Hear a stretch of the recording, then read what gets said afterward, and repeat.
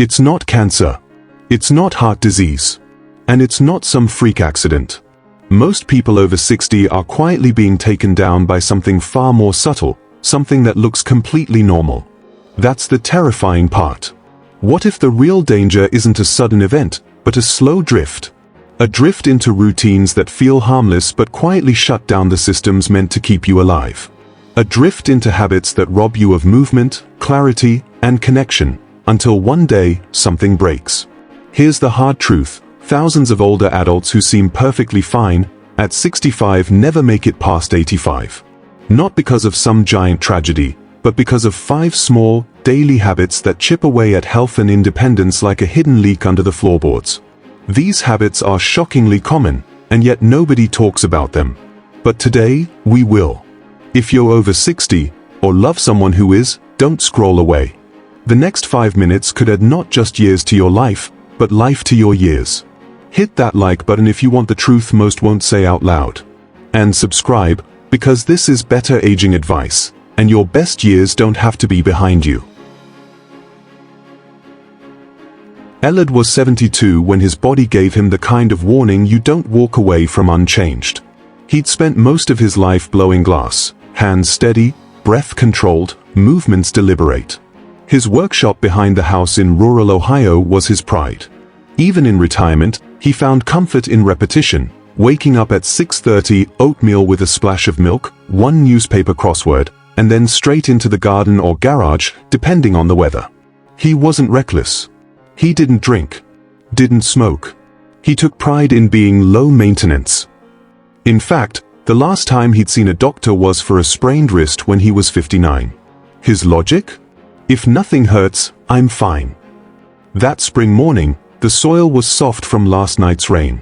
He'd only meant to trim the rosemary, maybe move a few planters. But halfway through lifting a pot that wasn't particularly heavy, something gave. It wasn't dramatic, no sharp pain or theatrical fall. Just a slow collapse. Like his legs were tired of pretending they still had the strength they used to. He lay there, heart thudding, not racing, not hurting, just heavy. His breathing felt off, shallow. Not panicked. Just wrong. He pulled himself to the porch with more shame than fear, convinced it would pass. It didn't. His daughter found him later that afternoon, sitting with a glass of water, pale and silent. He hadn't called anyone. Didn't want to make a fuss. At the hospital, the tests told a different story. Low blood pressure, poor circulation, borderline sarcopenia. The doctor's words cut deep. You look fine on the outside, but inside? You've been slowing down for years. Ellard was stunned. He'd always thought health problems showed up with loud symptoms. Instead, his body had been quietly deteriorating in the background, one small habit at a time. Too much sitting. Not enough muscle use. No checkups. The routines that felt safe had turned into silent traps. That wake-up call became the start of something bigger. Ellard began noticing all the little things he brushed off.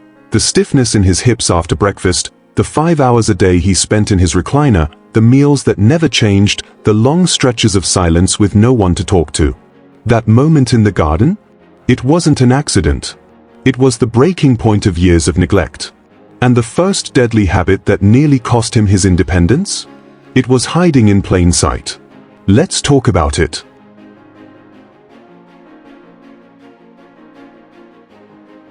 Habit number 1. Sitting after breakfast until lunch.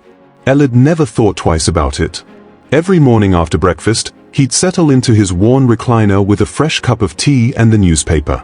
For 2 straight hours, he read, front page to obituaries, even the classifieds, though he wasn't looking for anything. It felt comforting, familiar. That chair was his little island of calm in a world that moved too fast.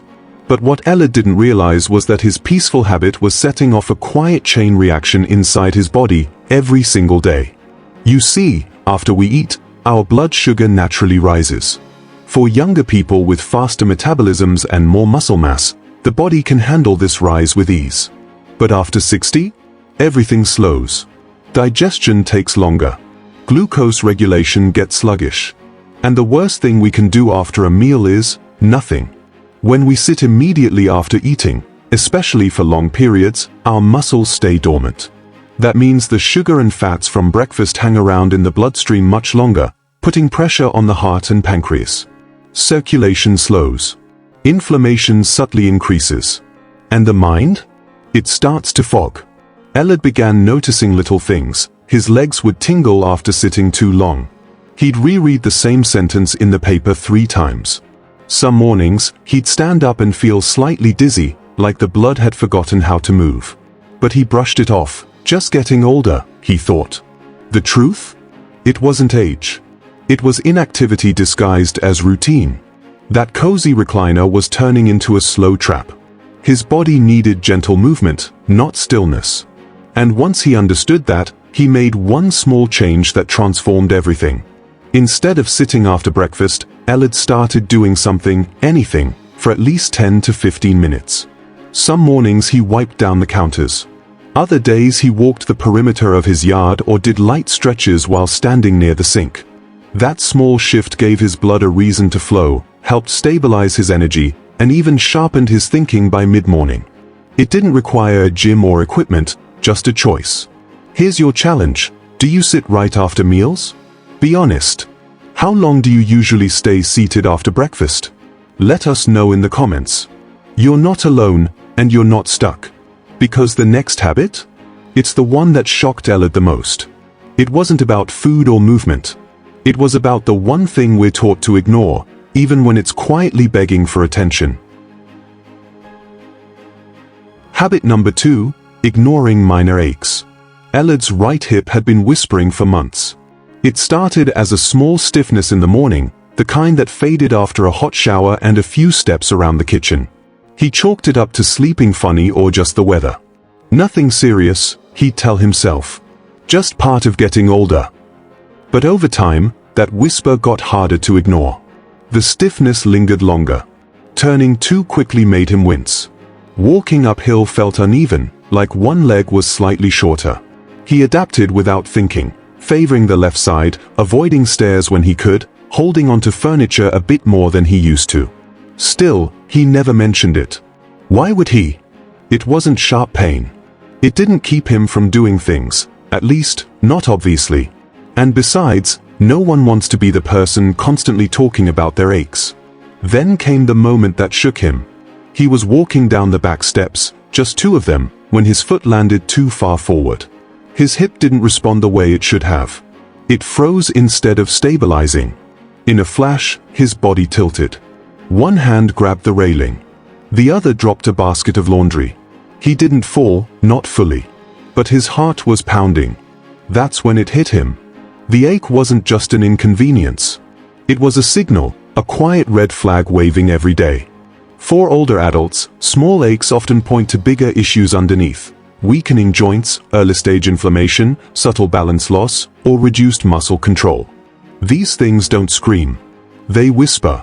And too many seniors have been taught to ignore those whispers until they shout, through a fall, a fracture, or a diagnosis. Pain is not proof of life. It's a signal to protect it. Ellard began doing simple mobility tests at home. The first one stunned him, trying to rise from a chair without using his hands. He couldn't. Not without strain. That small test revealed what the ache had been hiding. His muscles were no longer supporting him the way they should. He didn't need surgery. He needed awareness. And a plan. So here's what you can do today. Push back your chair. Sit down. Now try to rise without using your hands. Can you do it smoothly, or do you feel a wobble, a hesitation? If you struggle, even a little, it's not something to fear. It's something to face. Because strength and balance don't vanish overnight. They fade quietly, day by day, unless we notice and respond. The next habit we'll uncover is just as dangerous, but even harder to spot. It's not about pain at all. It's about the food on your plate and the beliefs we've carried with us since childhood.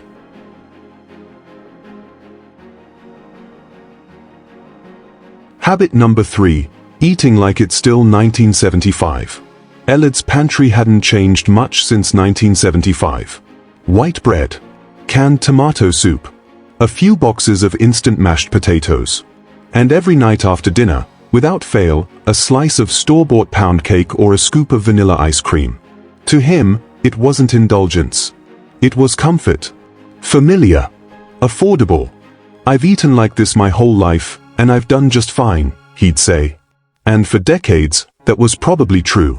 But something had shifted, and he didn't realize it until it started affecting his sleep, his energy, and his mind.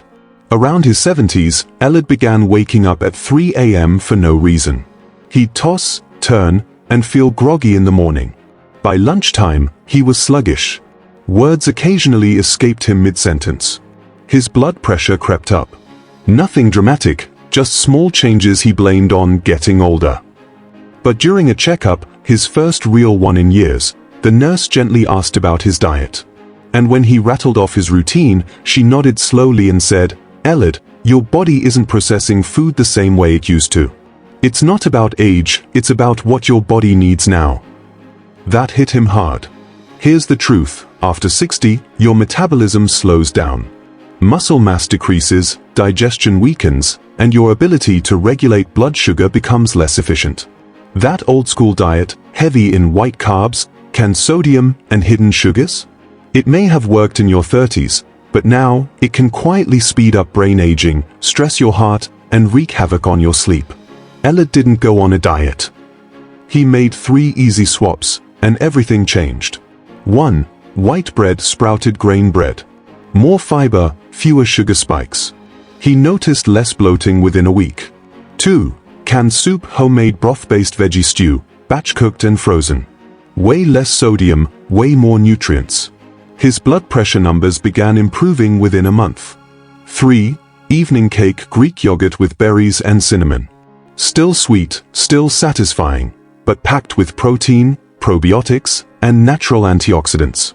He started sleeping through the night again. Ellard dropped 8 pounds in 3 months, without counting anything. He said he felt lighter in the brain, not just the body. Because it's not about cutting everything you love. It's about recognizing that your body's needs evolve, even when your taste buds crave the past. What's one food from your youth you still love? Be honest, comment below. There's no shame in it. But maybe, just maybe, it's time for a smarter swap. Next, we uncover a habit that's almost invisible, yet more deadly than cigarettes. Not because of what you eat, but because of who you don't talk to. Habit number 4, going silent. Ellard didn't notice the silence at first. It crept in slowly, one friend moving to Florida, another too sick to call, one more who simply stopped answering the phone. His wife had passed years earlier, and his son was busy with work and kids of his own. Conversations became sparse. Days passed where the only voice he heard was his own muttering while sorting tools or reading instructions aloud.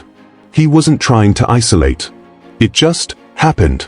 The days still had structure. He made coffee, swept the porch, read the news, but something underneath had dulled. He laughed less, moved slower. When his granddaughter visited, he found himself searching for words mid-sentence or forgetting what story he was telling. One afternoon, after getting lightheaded in the garage, his doctor ran some tests, not just physical, but cognitive. The results? Mild cognitive decline. The kind that's often brushed off as normal aging. But the neurologist asked one question that stopped Ellard cold.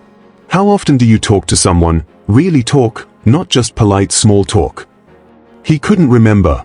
Here's what most people don't know. Loneliness in older adults is now linked to a 40% higher risk of dementia. It's not just emotional, it's biological. When we lack social connection, our brains actually shrink. Memory weakens. Reflexes slow. Even immune function suffers. Ellard's retreat into silence wasn't just making him sad. It was rewiring his brain. He realized he didn't need 100 friends, he needed rituals. Small, consistent acts of connection that reminded his mind it still mattered. He started small. Every Tuesday, he called one old friend. Some answered, some didn't, but it gave him a reason to pick up the phone. On Thursdays, he wrote letters to his grandkids, funny little notes, even if they only replied with emojis. And every Sunday, he went to the local hardware store, not because he needed anything, but because he'd run into familiar faces. Those tiny threads rebuilt something bigger. Within weeks, he felt sharper, lighter, more human again. Because connection isn't a luxury. It's a biological need. When was the last time you heard a friend laugh? Not on a screen. Not in a video. In real life. That sound? That moment? It protects your brain more than any pill ever could. Don't wait for people to call you. Start the ritual. Make it weekly. Make it yours. Because the next habit will reveal? It's the one that most people know they should fix, but always delay. And that delay could cost everything. Habit number 5, leaving things for later. Ellard always meant to fix that stair. The third step on the back porch had started to wobble last summer. Just a slight creak when you put weight on it. He noticed it, of course, every time he carried out the recycling or swept off leaves. He even bought the replacement screws. But they sat in a dish by the back door for 6 months. He had other things on his list, too. Updating his will. Reorganizing the medication drawer. Refilling his emergency flashlight batteries. All of it scribbled on a sticky note taped to the fridge, things to do later. Later never felt urgent. Until the morning it rained. He was wearing socks and didn't notice the moisture on the porch.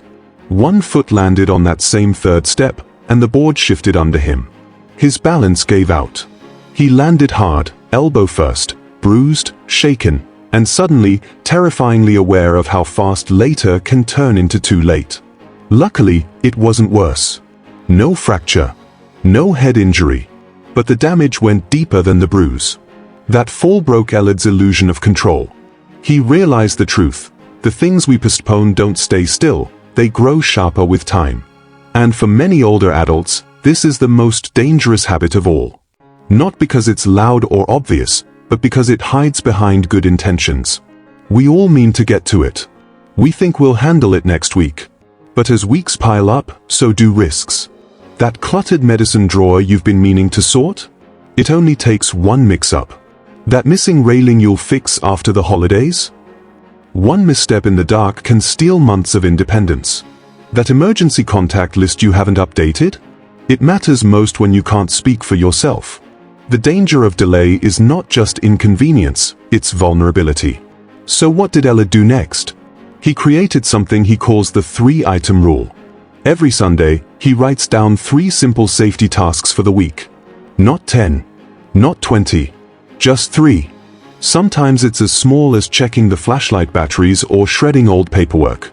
Other times, it's finally getting the will notarized or clearing the clutter from the hallway. And he does them. One by one. Every week.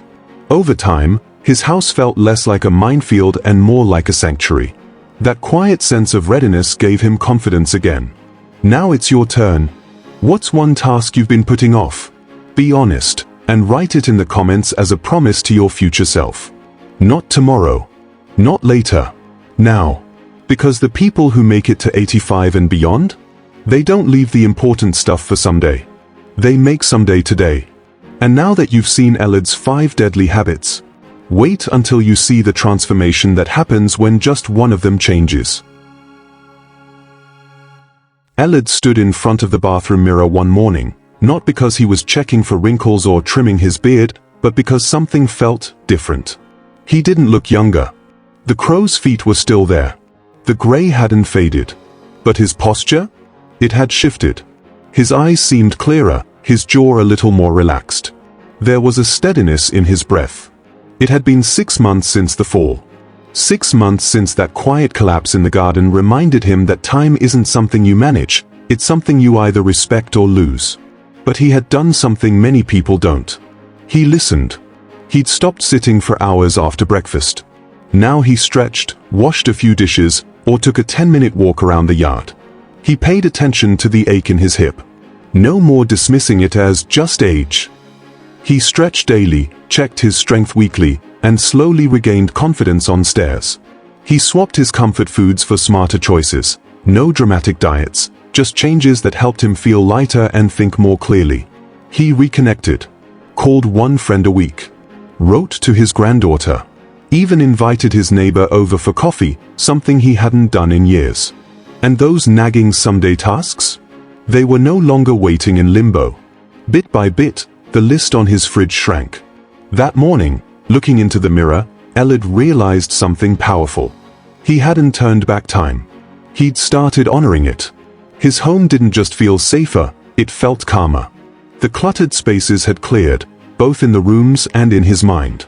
His mornings had a rhythm, not a rush. He didn't wake up groggy or anxious. He had purpose again, routine with meaning. Every Thursday, without fail, he called his granddaughter. Sometimes the calls were short. Sometimes they ended in laughter. But every time, she knew he was still here. Fully here. And in that moment by the mirror, Ellard whispered something to himself, something not many men his age say out loud. I'm not done. Because a long life isn't about squeezing out a few more birthdays. It's about doing today in a way that creates tomorrow. It's not about youth. It's about presence. You don't need to reverse time. You need to reclaim it. One habit at a time. And if Ellard could do it, quietly, gently, without fanfare, so can you. Start now. Not next week. Not when it gets worse. Now. Because when the mirror shows peace instead of worry, that's when you know you're aging on your own terms. You deserve more than just time. You deserve quality in that time. Not just more candles on a birthday cake, but mornings that feel clear, homes that feel safe, and days filled with small moments that matter. Getting older doesn't mean fading quietly. It means choosing wisely. So here's your challenge. Pick just one habit from this video. Whether it's getting up after breakfast, finally fixing that thing you've been putting off, or making a call you've delayed for too long, do it this week. Not for perfection. Not for anyone's approval. But for you, because small changes today protect your freedom tomorrow. Then, when you've done it, even if it's just one step, come back and tell us in the comments. Share what shifted. You might inspire someone else to start. If this spoke to you, if something deep inside you felt seen, tap like. If you know someone who needs this reminder, share it. And if you want more real, honest aging advice, without the fluff, subscribe. Because you're not done yet. And neither are we.